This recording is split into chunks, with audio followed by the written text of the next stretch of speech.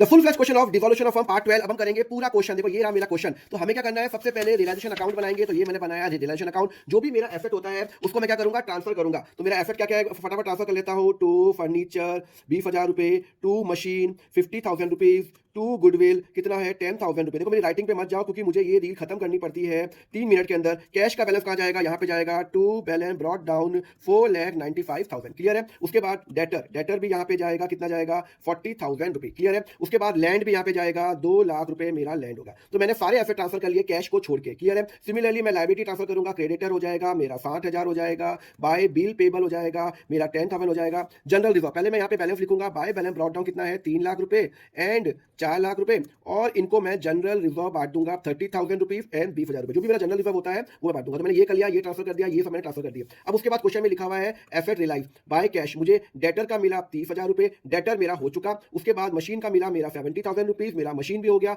मेरे को गुडविल का मिला 6,000 रुपए, गुडविल का कितना है मेरा मिला 6,000 रुपए। मुझे asset land taken over by partner 1,50,000 रुपए बाय ए कैपिटल अकाउंट 1,50,000 रुपए, 1,50,000 रुपए मेरा क्या हो जाएगा to realisation account, because land वो लेकर चला गया।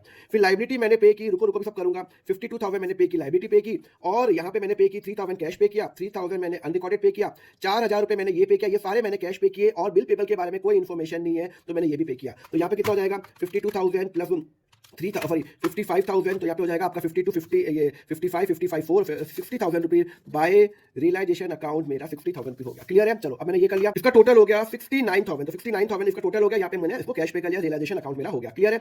अब यहाँ पे लिखा हुआ है, देखो यहाँ पे लिखा हुआ है लाइबिलिटी के बारे में। अब फर्नीचर के बारे में कुछ नहीं लिखा हुआ। जब फर्नीचर के बारे में कुछ नहीं लिखा हुआ तो वो मेरा बुक वैल्यू पे ही बिकेगा। ओके। पेटेंट के बारे में कुछ नहीं लिखा हुआ तो मैं एज्यूम करूंगा कि वो जीरो पे बिका, तो क्या पे जीरो फिगर आएगी। डेटर हो गया। लैंड के बारे में भी कुछ नहीं लिखा हुआ, यहाँ पे लैंड लिखा हुआ है तो लैंड तो वो लेके चला गया। तो यहाँ पे क्या करेंगे 30,000 प्लस 70,000 प्लस 6,000 प्लस 20,000, तो 1,26,000 मेरे पास कैश आया, 1,26,000 मेरा टू रियलाइजेशन अकाउंट आया। क्लियर है। चलो अब मेरा सब हो गया। अब मैं क्या करूंगा, इसका प्रॉफिट और लॉस निकाल देता हूं। तो मेरा जो लॉस निकल रहा है, जो मैंने पहले से कैलकुलेट कर लिया 48,000, वो ए और बी में ट्रांसफर करूंगा। तो 48,000 divided by 5 into 3 is equal to 28,800 रुपए एंड 2 इज इक्वल टू 19,200। तो जो भी मेरा प्रॉफिट और लॉस है वो यहाँ पे आ जाएगा 28,800 रुपए, 19,200 रुपीज। यहाँ पे मेरा रियलाइजेशन आ गया। अब मैं उन बाकी को मैं इनको पे करूंगा। 3,30,000 माइनस 1,50,000 मैं 3 lakh rupees plus 30,000 minus 1,50,000 and 28,800 is equal to वो आएगा मेरा 151,200। तो यहाँ पे 151,200 यहाँ पे आ जाएगा। सिमिलरली 4 लाख रुपए प्लस 20,000 19,200 रुपए, तो 4,00800। तो यहाँ पे 15200 4,00800। एक बार चेक कर लेते हैं मेरा टोटल अगर मैच कर रहा है तो इसका मतलब है कि मैंने क्वेश्चन यहाँ पे ठीक किया हुआ है। तो मेरा यहाँ पे कैश क्या है, कैश का पहले मेरा जीरो आ गया। समझ में आ गया।